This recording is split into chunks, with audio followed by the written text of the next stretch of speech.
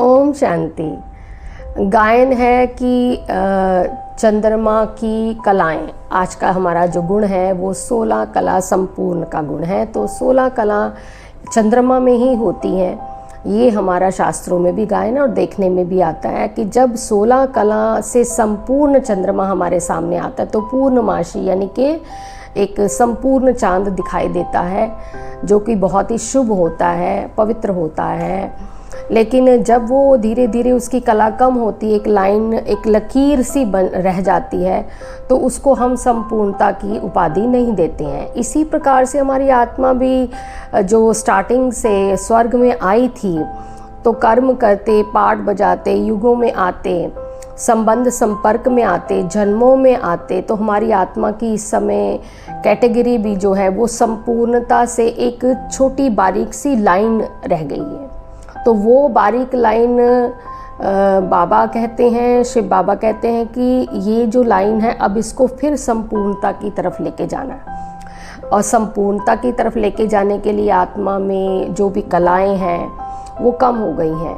कलाएं तो आप जानते ही होंगे, हमारी उठने की, बैठने की कला, कैसे हम उठते हैं, कैसे खाते हैं, छप छप करके। कई बार कई लोगों को देखा ना, बहुत बड़ा मुंह करके खाते हैं। तो खाने की कला है, बोलने की कला है, अपशब्द भी मुंह से निकल देते हैं कभी कभी, या किसी को नुकसान पहुंचाने के लिए ऐसे ही कुछ ताना वाना टीज़ कर देते हैं, बिना सोचे समझे माना बोल देते हैं। इसमें कोई बुरा मानने वाली बात नहीं, क्योंकि सभी आत्माओं की कैटेगरी ऐसी हो रखी है। लेकिन हमें अपने अब बोलों पे कंट्रोल करना है। तो हमारे बोलों में मिठास होनी चाहिए, धीरज होनी चाहिए, थोड़ा सा इस तरह का व्यवहार होना चाहिए कि दूसरे को हमारे शब्द बुरे ना लगे, और ऐसे शब्दों में बात करें कि वो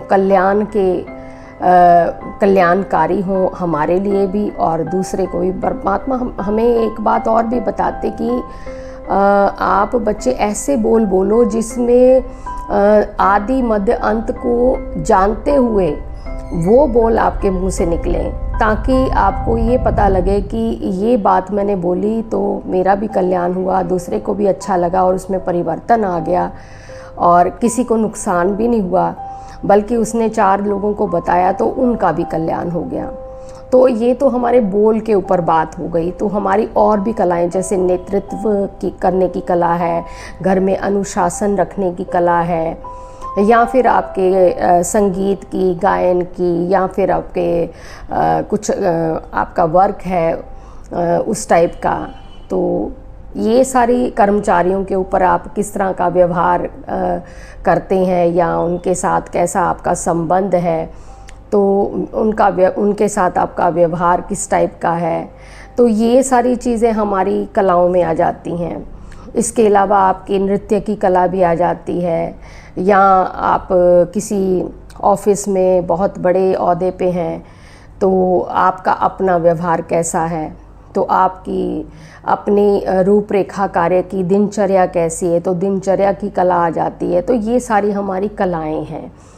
तो परमात्मा कहता है जो हमारा देवताओं की जो कलाएं हैं, कैसे वो राजधानी में राजपाट करते हैं, अपने पूरी प्रजा को एक परिवार की तरह समझते हैं, सबसे प्रेम व्यवहार करते हैं, चाहे छोटा बोल रहा है चाहे बड़ा बोल रहा है, बहुत धीरज से पहले उसकी बात सुनते हैं, फिर बहुत ही कम शब्दों में उनको आंसर देते हैं, जैसे कम बोलो, धीरे बोलो, मीठा बोलो।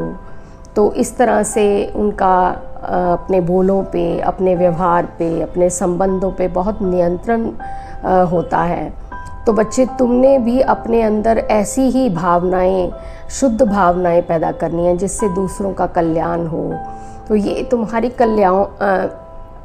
कलाओं में ही आता है। तो कलाएं हमारी जितनी भी प्रशासन अगर हम कर रहे हैं तो अपने रौब से ना करें, बहुत ही मिठास से, दूसरे की विशेषताओं को सामने रखते हुए, उसके स्वमान में स्थित करवाते हुए, उसको ऊंची स्थिति में लाते हुए, ताकि वो अपनी और योग्यता आपके सामने ला सके।